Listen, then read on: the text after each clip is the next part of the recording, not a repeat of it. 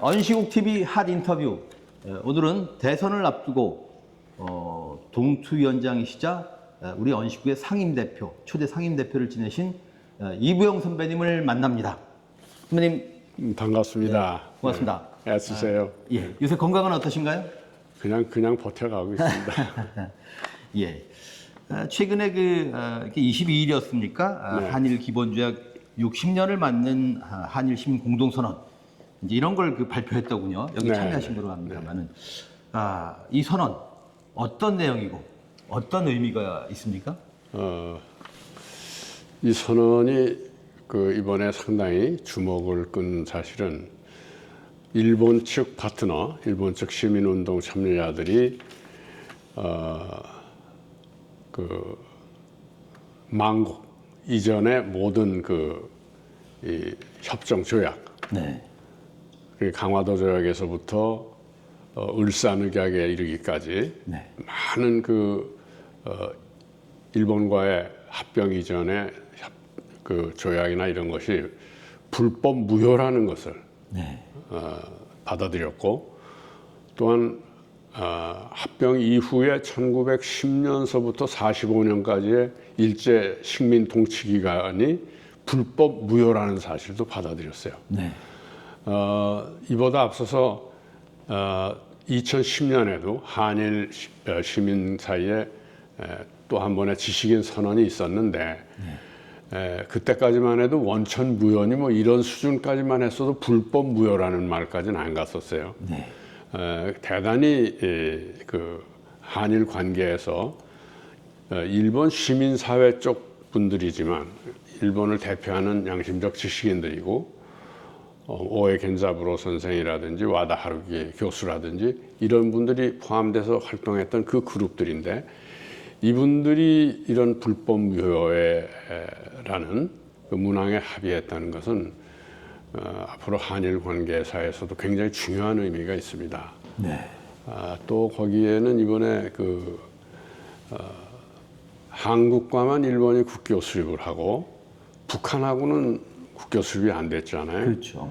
그 한반도 문제에 대한 사과 내지 문제 해결의 자세를 한국과만 얘기를 하지 북쪽하고는 해결이 안 됐단 말이에요. 네. 1991년부터 한국과 북한이 함께 유엔 회원국이 돼서 동등한 자격을 가졌어요. 그러면은 북한과도 일본이 국교 수립 노력을 해야 된다라는 것에 양측이 의견의 합치를 보았습니다. 예. 이런 두 가지 중요한 사실이 포함됐다는 것을 말씀드리죠. 예. 알겠습니다. 올해가 이제 을사년이지 않습니까? 한일 기본조약 60도를 맞는 해이기도 하고, 하지만 그에 앞서서 을사늑약이 체결된 지 이제 120주년 되는 해이지 않습니까? 그렇습니다. 그런데 이 3년 만에 파탄난 윤석열 정권이 말하자면 친일 정권이었지 않습니까? 네. 그렇다 보니 윤 정부가 지속됐다면 이 을사년에 어떤 일이 벌어졌을까? 이 생각만 해도 몸서리가 쳐집니다. 네. 그래서 여쭤보는데, 선배님은 윤석열 정부의 악행으로, 주요 악행으로 뭘 꼽으시겠습니까? 다른 것도 수없이 많이 헤아릴 수 있지만 특히 뉴라이트 세력이 윤석열 정권의 핵심 참여 세력이 되고, 윤석열도 뉴라이트 세력이나 마찬가지의 사관을 가지고 대일 정책이나 국제 정세를 그런 시각에서 판단을 했어요. 뉴라이트 세력이라는 것은 식민지 근대화론이라는 핵심 이념을 가지고 있는데, 그것은 일제 침략, 식민 지배를 통해서 우리가 근대화가 됐다는 거예요. 일본으로부터 일본에게 식민지가 돼서 일본으로부터 시혜를 받아서 우리가 근대화가 됐다는 겁니다. 이런 것은 우리가 도대체 받아들일 수 없는 역사관이고, 그 식민지 근대화론의 시각에서 대일 관계도 풀어가고 이런단 말이죠. 식민지 근대화론을 일본의 영향을 받아서 굉장히 진보적인 학자였던 안명직 전 서울대 명예교수가 받아들였어요. 그리고 그 서울 안병직 씨로부터 이영훈 얼마 전에 퇴직한 서울대 교수도 그 논리를 받아들이고 이래서 특히 현재 이 국힘당의 대통령 후보인 김문수 후보가 아주 적극적인 신봉자였고 추종자였어요. 네. 그리고 또 윤석열 정부 안에 안보실 차장이었던 김태효라는 사람이 그건 뭐 정부 안에 뭐 독립기념관, 동북아 역사재단, 또 무슨 그 방송 뭡니까 기구 있잖아요. 네네. 그 기구에 전부 뉴라이트 성향의 사람들을 꽂아 넣어서 그렇죠. 정부 기구 자체의 정책을 그런 쪽으로 외교 안보 정책 아니, 심지어 중요한 건 일본의 마음이라고 했지 않습니까? 그런 정도였죠. 그래서 이 사람들이 저는 그 윤석열 정부의 완전히 그 퇴진이나 몰락이 네. 무슨 계엄에 있다, 뭐 비상계엄을 선포한 데 있다 이러는데 원래는 국민들의 이 DNA를 건드린 거예요. 우리 국민들의 정말 우리 식민 통치, 그 명성황후의 시해라든지 온갖 모욕을 다 당하고 식민 지배를 받았는데 그들에게 우리가 은혜를 입었다라는 식으로 국민들을 설득하고 역사를 왜곡 날조하려고 그러니까 그것 때문에도 우리 국민들로부터 마음이 떠났다고 해요. 네. 굉장히 근본적인 요인이라고 봅니다. 네. 지금 말씀하신 이제 김문수 국민의힘 후보가 일제강점기 때 우리 선조들은 국적이 일본이었다 이런 말까지 했지 않습니까? 그렇죠. 예. 전 이렇게 표현을 하는데 어쩌다 대선 후보 김문수 말씀하신 대로 노동계 출신이지만 이제 뉴라이트 세력 아닙니까? 이렇게 단도직입적으로 여쭤보겠습니다. 김문수 후보를 찍으면 안 되는 이유 선배님 남대로 뭘 꼽으시겠습니까? 아이고 우선 그 사람의 그 변신의 그 폭이 극좌에서 극우로 가버렸어요. 정신적으로 이렇게 불안정하달까 이런 사람을 국정 중심에 대통령 자리에 놔놓는다는 거는 우리 전체가 불안해져요. 국정의 방향을 믿을 수가 없게 됩니다. 네. 그리고 특히 요새 뉴라이트 쪽에 아주 가장 핵심적인 인사로 떠올랐잖아요. 네. 이런 사람이 앞으로 이 대일 관계라든지 우리 국제 관계 이런 것을 어떻게 이끌고 갈지 우선 그것이 불안해서도 그 사람 대통령 자리에 올려 세우는 건 안 되겠어요. 네. 저도 김문수 씨를 잘 압니다. 재야 운동을 하고 그 사람한테 제 피해도 많이 당했어요. 그 5.3 인천 운동, 민주화 운동 때 우리는 그 당시에 신민당, 예. 김영삼, 김대중 그 야당과 협력을 해서 민주헌법 쟁취 운동을 벌이려고 그랬거든요. 네. 그래서 5.3 5월 3일 날 인천에 가서 민주화 운동을 통해서 인천 시민들의 의사를 집약하고 우려하려고 갔는데 인천으로 들어가는 서울에서의 통로에다가 폐타이어를 막 엄청나게 쌓아놓고 한 서너 군데 인천 들어가는 길 입구에다 쌓아놓고 거기다 불을 질렀어요. 네. 그 폐타이어를 질렀을 때 검은 연기가 막 하늘을 뒤덮고 그러잖아요. 그리고 빨간 길을 만들어서 우리는 민주헌법 쟁취를 하려고 그러는데 노동해방이라는 깃발을 들고 빨간 길 전두환 정권이 그것을 5.3 인천 운동을 민통련이 주도했다라는 물론 우리가 주도를 했어요. 그러니까 그 김문수 그룹 극좌 노동운동 그룹이 그 책임을 그 민통련에다 떠넘기고 자기들은 다 도망가 버리고 여기가 전부 다 국가보안법으로 뒤집어 쓰게 됐었어요. 그때 국가비열난 혐의로. 네. 그래서 저도 뭐 구속이 되고 그랬었죠. 5.3 인천 사태를 배후 조정을 했다고 해서. 그렇게 그때는 너무 이 운동을 좌편향으로 끌고 가려다가 사람들한테 피해를 주고 예. 이 국민들의 민주화 운동을 왜곡시키고 그랬단 말이죠. 네. 그리고 엄청나게 이 전두환 정권의 탄압에 빌미를 제공하고 그랬었는데 요새 와서는 또 그 반대로 가서 우리들에게 피해를 주고 있어요. 그러게요. 예. 저런 사람에게 국가의 이 키 운전대를 잡게 하면은 어떻게 되겠어요? 네. 이런 거를 유권자들이 정말 심각하게 판단해 주셔야 된다고 생각하고 있습니다. 이제 그런 성향도 문제적일 뿐더러 내란에서 선을 못 긋고 있지 않습니까? 그렇죠. 만에 하나 정말 아니 100만에 하나 김문수가 당선된다면은 내란이 정당화되는 거라고 봅니다. 다시 그 세력들 다 부활시키겠죠. 네. 그리고 혹시 이번에 노상원이라는 사람의 네. 그 수첩이요. 수첩 쿠데타 이후에 어떻게 사람들을 처단하고 감금하고 고문하고 할 그 계획들을 세웠었는데 그게 되살아날지도 모른다는 네. 불안감이 있어요. 네. 근데 이런 질문을 드려보겠습니다. 왜 그 전향을 하면 더 극렬해지는 걸까요? 자기를 합리화해야 되니까 그런 심리가 있잖아요. 네. 자기를 합리화해야 되니까. 옛날에 독립운동 했던 사람들 중에 배신한 사람들이 훨씬 더 극렬하게 독립운동가를 탄압하고 잡아들이고 고문하고 그러지 않았습니까? 예. 알겠습니다. 이번 대선이 굉장히 중요한 선거지 않습니까? 이른바 중대 선거인데 말이죠. 이번 대선의 의미 나름대로는 어떻게 보십니까? 아까도 초기 얘기를 시작하시면서 그 일제 그 을사늑약에서 120년, 예. 해방 80년, 네. 그리고 한일 기본조약 체결 60년 이런 그 시대적 의미를 말씀해 주셨는데 우리가 해방 80년 그리고 20년 뒤면 해방 100주년이에요. 네. 저는 이 지금이 그 시대 전환기라고 봅니다. 사실 뭐 미국이라는 나라를 그 빼놓고는 얘기할 수가 없는데요.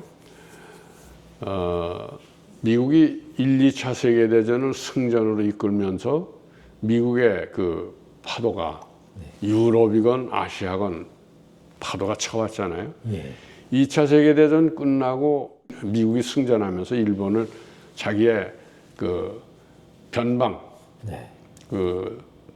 이 전초선으로 만들고 한국은 그 중에서도 가장 이 전초 기지로 만들었던 거죠. 네. 그랬다가 이제 벌써 한 80년 이상이 되면서 미국의 밀물이 들어왔다 지금 만조기를 지나서 썰물로 이렇게 변하고 있는 겁니다. 네. 미국이 그 이 밀물에 그냥 밀고 들어올 때도 위험했잖아요. 네.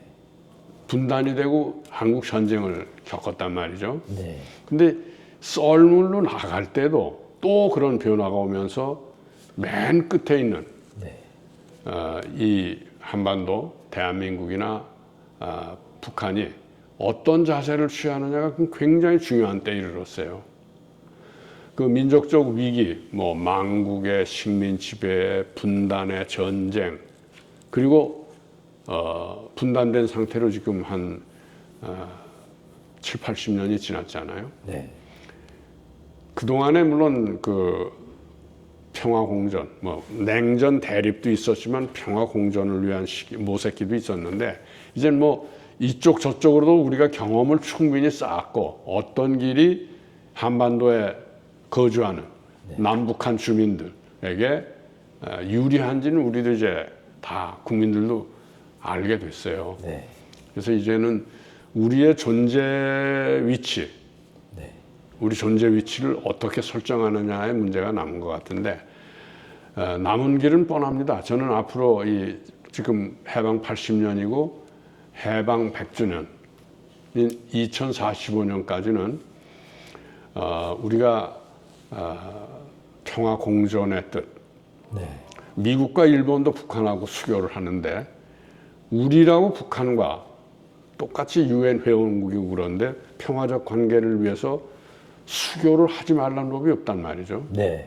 수교도 하고 교류도 하고 서로 먹고 사는데 도움도 주고 네. 특히 문화교류, 역사교류 이런 것도 해서 그동안 우리가 하지 못했던 동질화랄까, 네.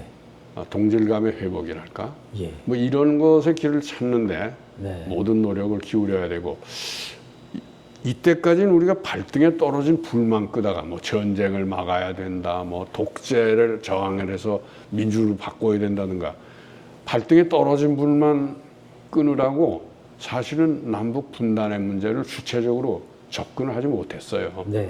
이제는 그 2045년까지는 통일은 아니더라도 평화 공존이랄까, 공동의 번영이랄까, 뭐 우리 문제에 대한 뭐 협의랄까 이런 것을 해 나가서 네. 공존의 기본 조건 같은 것을 2045년까지는 좀 끝냈으면 네. 뭐랄까 뭐 청사진 같은 걸 갖는다든가 발등에 떨어진 불만 아니라 우리의 미래 청사진 같은 거라도 좀 만들어 봤으면 하는 희망을 갖고 있습니다. 예.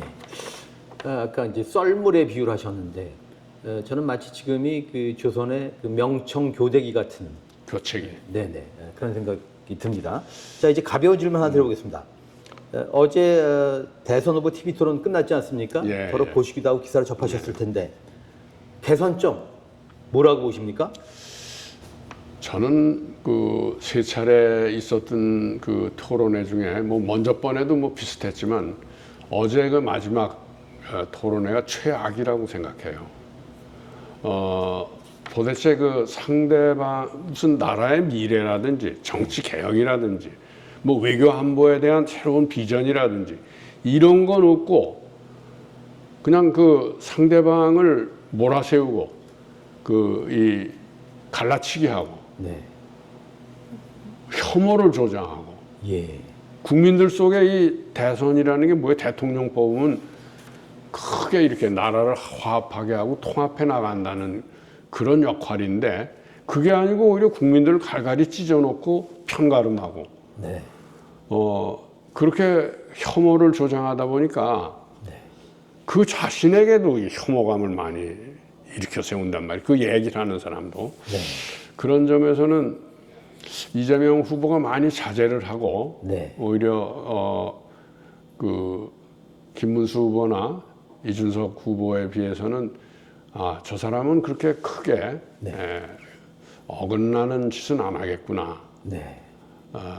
그리고 앞으로도 좀 같이 대화도 하고 연합의 정치를 하겠다는 뜻도 이렇게 밝히고 그래서 오히려 이 이재명 후보가 추세에 서 있는 듯한 거지만 크게 보면은 네. 누가 더 대통령 자격이 있느냐라는 점에서는 충분히 보여줬다고 생각해요. 그리고 네. 권영국 후보는 그런 속에서도 자기의 그 지향하는 바, 뭐 진보의 입장이라든지 이런 걸 그 충분히 그 이렇게 얘기할 기회는 많지 않았지만 꽤 그 이해를 얻고 진보 정당이 우리 정치 안에서 제대로 자리를 잡고 그리고 또 자본주의 내지 그 이 자본의 힘이 커지는 속에서 노동이나 농민의 힘이 제대로 인정받고 몫을 차지해야 된다는 것도 이번에 부각을 시켰다고 생각해요. 예. 언시국의 제사인 그 송영훈 동지가 이렇게 비유를 했던데 말이죠. 이건 이제 윤석열 용어지만 뭐 1호 영업사원 그런 거 했지 않습니까? 말하자면 그 국민들이 주권자가 이 신입사원 채용을 하는데 자기 자질이랄지 능력이랄지 뭐 이런 걸 보여주기보다는 공격하게 바빴지 않습니까? 그렇다면은 우리가 주권자로서 누구를 찍어줄 것인가? 그러니까 이 누구를 채용해야 되는가? 그렇죠. 누굴 채용할 것인가? 네. 영업사원을 채용해야 되는데 그럼 누굴 채용할 거냐? 그렇게 비유를 했더군요. 이 연장에서 새 정부가 반드시 해야 할 개혁 내지는 핵심 정책 뭘 꼽으시겠습니까? 저는 아까 말씀드린 대로 남북 관계를 어떻게 이 윤석열이 전쟁 위기 속으로 몰아넣었던 것을 그 대화 국면으로 평화 공존의 국면으로 이렇게 전환시킬 그것을 새로운 대통령이 만들어내는 게 가장 중요하다고 봅니다. 이것은 김문수 후보나 이준석 후보는 할 의향도 없고 그런 비전도 없어요. 네. 의회나 행정부를 다 함께 이끌어갈 이재명 후보가 당선이 되는 게 이제 그런 기회를 만들 거라고 보고요. 북도 서서히 변하고 있다고 봅니다. 윤석열 정권을 대하는 태도하고 네. 이재명 후보를 대하는 태도는 달라지지 않을 수 없을 거고, 북도 미국이나 일본하고 대화를 지금 뒤로 하고 있고, 네. 또 여기도 대통령이 새로 당선되면 북하고도 어떤 방식으로든지 교류가 있을 거예요. 네. 주요 대선 후보들이 당선되면 이제 개헌을 하겠다고 약속했지 않습니까? 새 대통령 임기 중에 개헌이 된다는 것을 전제로 해서 개헌안에 어떤 내용을 담아야 한다고 보십니까? 이미 지금까지 대통령 임기가 5년이었잖아요. 예. 그것이 국회의원 선거, 지자체 선거하고 이렇게 안 맞아서 엇박자가 나가지고 그렇죠. 예. 국정이 굉장히 혼란스러워지고 그런 적이 많았어요. 네. 이젠 그래서 대통령 4년 연임제든지 중임제든지 해서 네. 지자체 선거하고 국회의원 선거하고 연수가 맞아가지고 예측 가능한 정치를 할 수가 있고 중간 평가를 할 수 있는 그런 연수로 맞춰져야 돼서 4년 중임제 혹은 연임제로 가는 게 뭐 중자 연자가 뭐 다르지도 않은데 그렇게 근데 뭐 어떤 쪽으로든지 이렇게 4년 연임을 한다는 거는 가능해졌고 거기다 한 가지 이번에 결선 투표제라는 걸 하게 됐잖아요. 그거는 우리 사회도 이렇게 다양해진 이 계층들이 자리를 잡고 있기 때문에 그들을 대표하는 노동계층이든지 농민이든지 아니면 자영업자라든지 산업계라든지 이런 데를 대표하는 정당들이 골고루 돼서 이쪽이 대통령 후보를 뭐 대여섯 명, 일곱 여덟 명 이런 나오더라도 네. 2명의 후보가 연합을 해서 결선을 해가지고 그들이 연합 정치를 하게 된단 말이죠. 정부 구성을 같이 연정에 참여하는 사람들이 다 참여하도록 해서 어떻게 보면 50%를 넘는 네. 지지를 받는 대통령을 나와서 대통령이 소수를 대표하는 대통령이 아니도록 만드는 게 옳다고 봅니다. 그렇게 하고 총리나 네.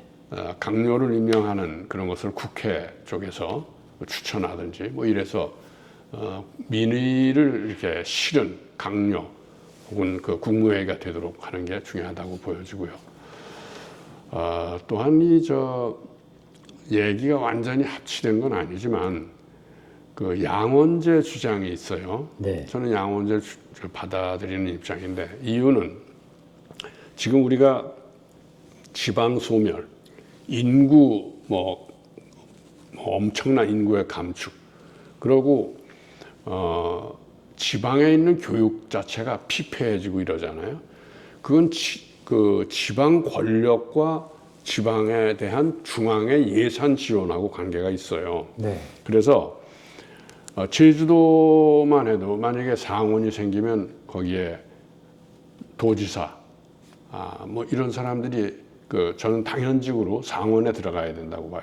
네. 그리고 도지사나 교육감 같은 사람이 상원에 들어가고 거기서 상원의원 광역시도에서는 2명씩 선출하게 됩니다.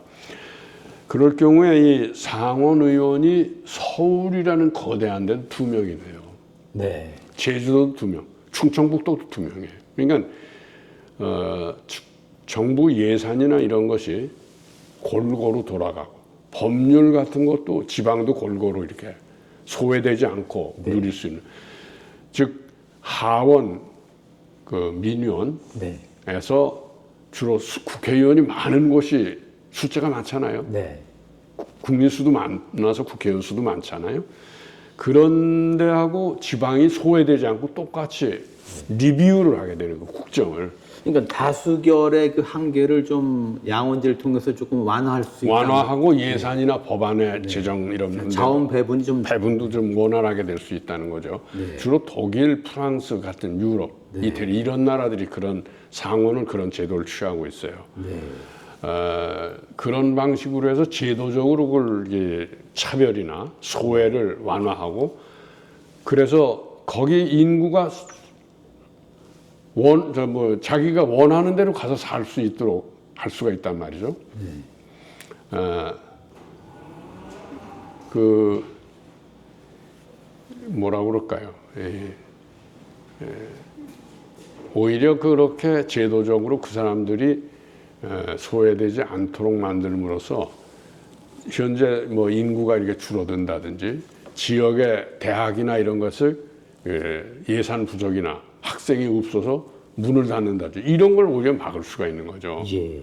근데 억지로 그걸 돈을 뭐 부당하게 지출하고 이런 것보다도 그런 식으로 제도적으로 좀 국회 힘을 좀 이렇게 상원이 국정을 리뷰할 수 있는 이런 기능을 더 강하게 줘서 그렇게 좀 해결해 나갈 수 있지 않을까 봐요. 예, 아까 이제 결선 투표제 얘기를 하셨습니다만 저는 그 결선 투표제를 도입하지 못한 것이 이 87년 체제가 성립할 당시에 삼김이 담합을 했다 이렇게 봅니다만은 저는 일찍이 결선 투표제가 도입돼 있었다면 윤석열 정권 출연 못했을 거로 봅니다. 어떻게 생각하십니까? 뭐 당연해요. 예. 어떻게 보면 이 여러 정당들이 대선 후보가 이제 하나로 돼서 되면은 자기가 어떻게 그렇게 혼자 결단을 합니까? 네. 독재자인데요, 그거는.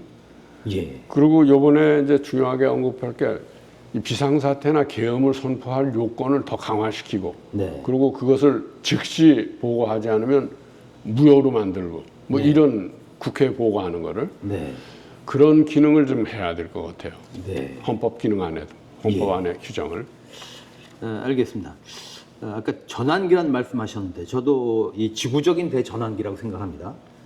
이 전환기에 그러니까 정부가 할 일도 있습니다만 이 정치권과 시민사회 어찌 보면 우리 이 사회가 뭘 해야 된다고 생각하십니까? 근데 이 전환기가요 그냥 무슨 뭐 미국의 힘이 이렇게 다자 구도로 이렇게 변한다. 뭐 러시아, 중국 뭐 이런 나라들하고 다자구도로 변한다 이런 얘기도 있지만 요새 뭐 지질학계나 뭐 이런 데서 인류세라는 얘기를 하잖아요. 예. 완전히 인류가 이 세계를 장악을 해버렸단 말이에요. 옛날에 무슨 식물계나 뭐 해양계나 동식물이나 이런 게 공존을 하게 되는데 이들의 운명이 완전히 인류에게 달려 있는 거예요. 살림을 완전히 다 황폐하게 한다든지 자기들 그 자원 채취를 위해서 그리고 이 물고기나 저 해양에 사는 동물들도 막 다 잡아버리는 거예요. 그 레이단이 이런 걸 통해서 다 그냥 다 잡아버리는 거예요. 실을 말리는 거죠. 이런 거에 대한 그 국제적인 합의나 규약 같은 걸 해서 이젠 제재를 안 하면 지구를 그대로 온전히 유지할 수 없다. 인류가 자기까지 다 파멸시키는 그런 짓들을 하고 있단 말이죠. 그런 측면에서는 국제기구, 특히 유엔이나 또 그 환경, 생태 보전 그런 그 기능을 하는 기구라든지 인권의 기구라든지 요새 이제 이주민 문제 같은 게 심각하잖아요. 이런 걸 어떻게 좀 더 강제적으로 어떻게 제재할 수 있는 이런 국제적인 협약 같은 것도 필요하고 그런 거에 대한 인식이 시민운동 쪽에서 올라오고 있는 거예요. 정부는 굉장히 이기적이고 권력에 유리한 쪽으로만 움직이려고 그러잖아요. 시민운동이 그런 것으로부터 좀 중립적이거나 객관적 그 시각을 가지고 지금 활동하는 그 시민운동 단체나 국제기구들이 많이 있잖아요. 우리 국민들, 우리 시민들이 특히 이제 그런 것에 민감하고 상당한 높은 수준에 이르렀어요. 네. 그런 점에서는 저는 요즘 가끔 이런 생각을 해요. 이 대한민국의 이 시민운동이라는 게 뭐 북한도 우리 옆에 살고 중국, 일본이 다 우리 둘러싸고 살고 있잖아요.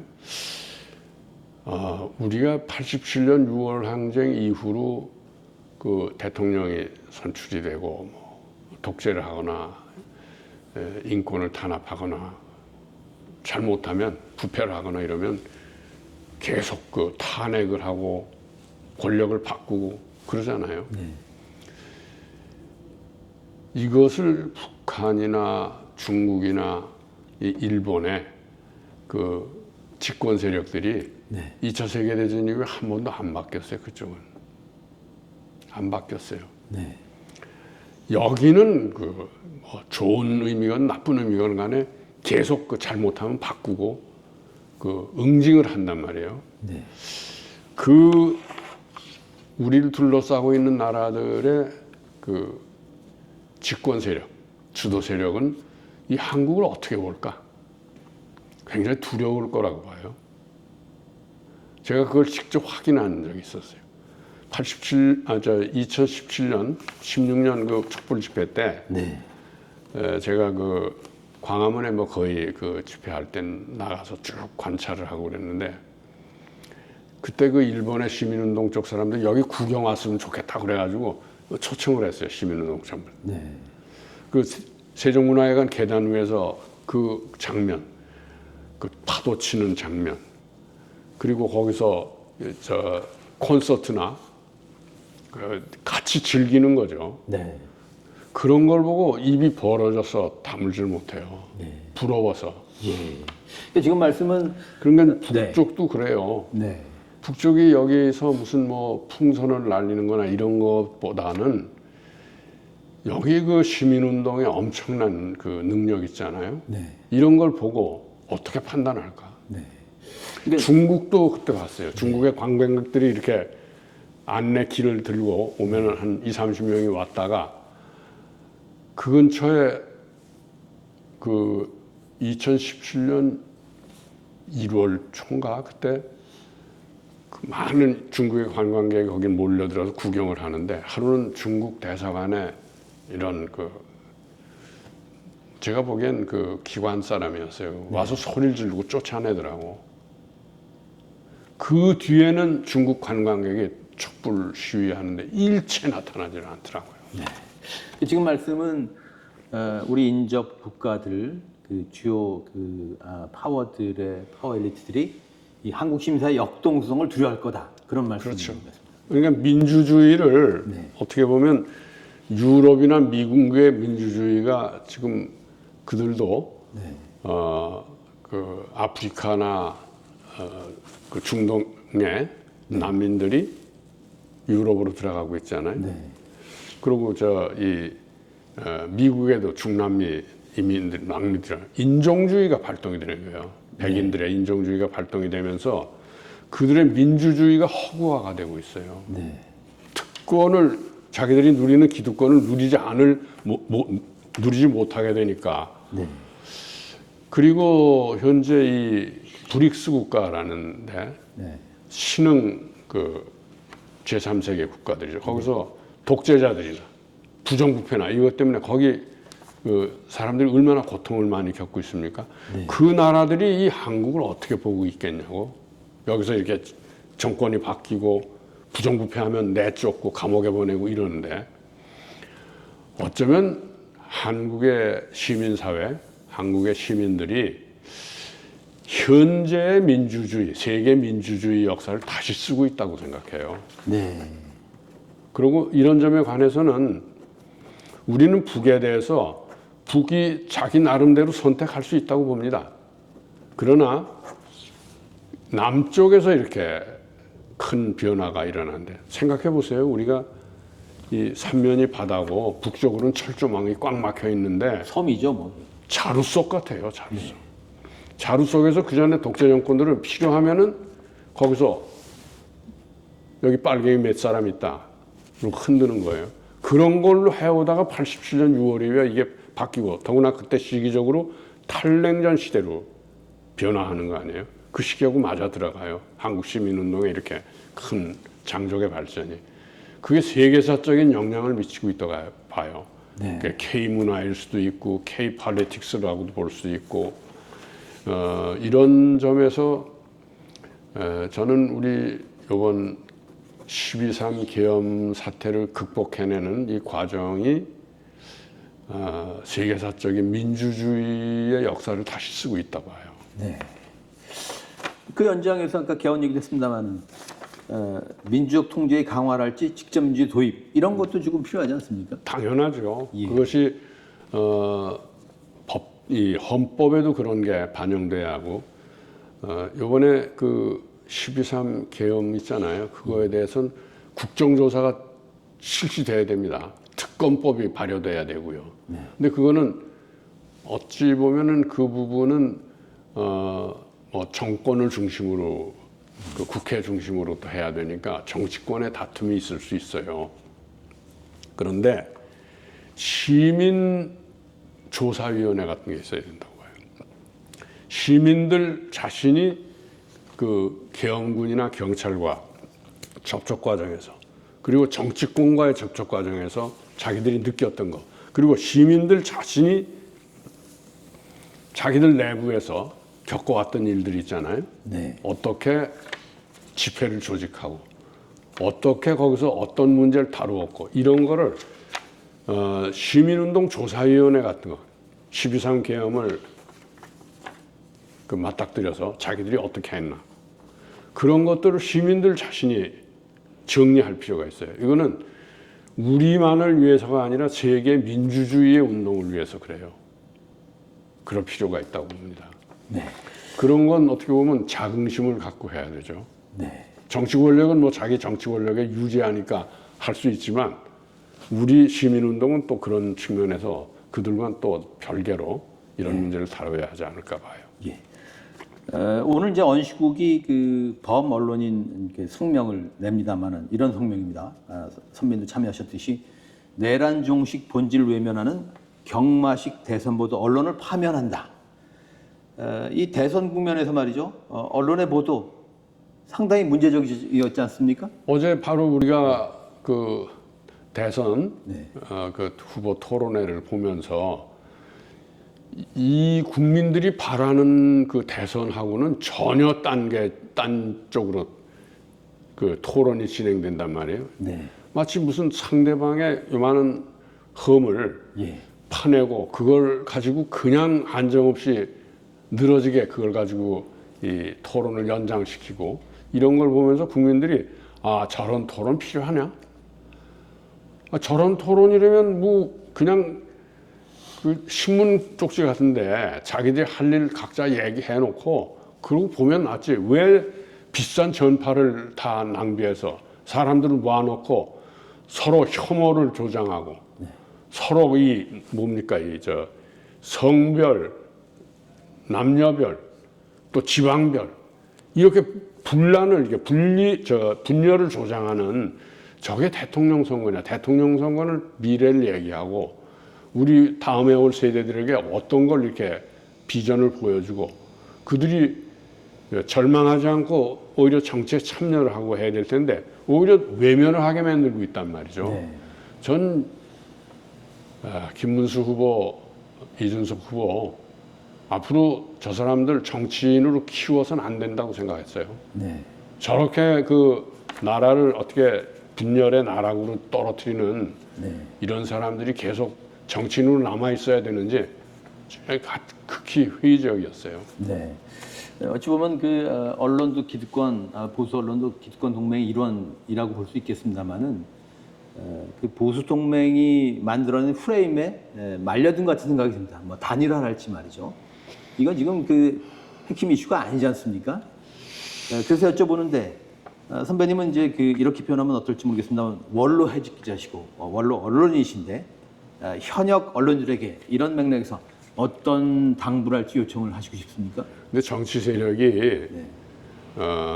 어떻게든지 표를 늘려서 네. 자기들 쪽에서 당선자를 내려고 단일화한다는 거는 그건 막을 수가 없어요. 우리만 그걸 하는 게 아니라 뭐 그 결선 투표제라는 게 그런 걸 전제로 해서 만들어내는 거 아니에요. 연합 정치나 그 뭐 협치랄까 이런 걸 하기 위해서 하는 건데 그 사람들 보면은 이건 그런 좋은 의미의 협치를 하려는 게 아니라 악의적인 걸 이렇게 뭉쳐서 더 악의적인 거를 더 힘이 크게 만들려는 쪽으로만 한을 내는 것 같단 말이죠. 네.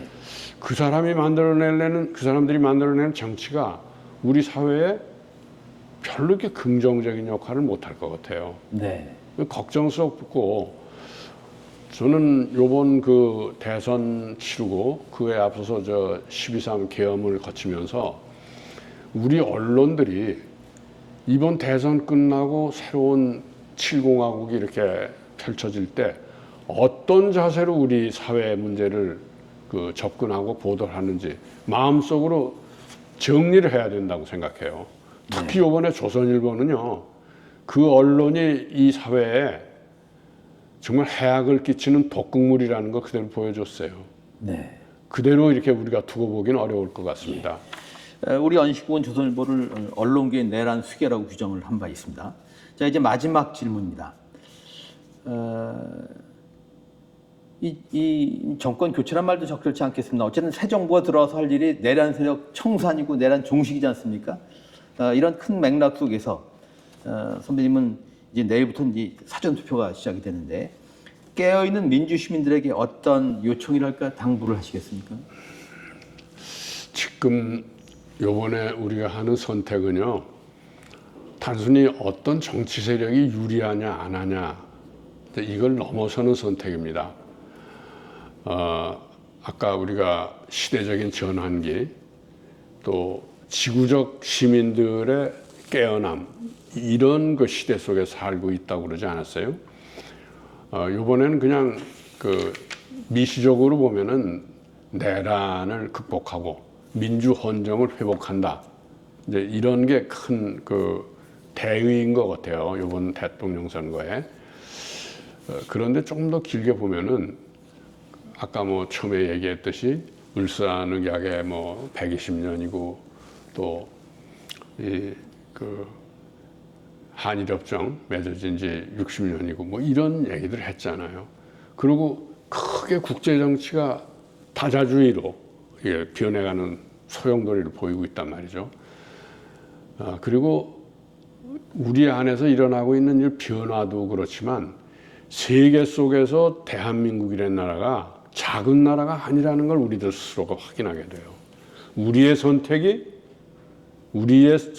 민주주의적 선택이 수없이 많은 나라들, 심지어 미국에서, 유럽에서까지 한국이 어떻게 변해가느냐를 지금 초미의 관심을 가지고 보고 있단 말이죠. 한국이 미치는 문화적인 영향력, 한국이 미치고 있는 경제적 영향력, 이런 것이 작은 소용돌이를 일으키면서 변화를 촉진하고 있어요.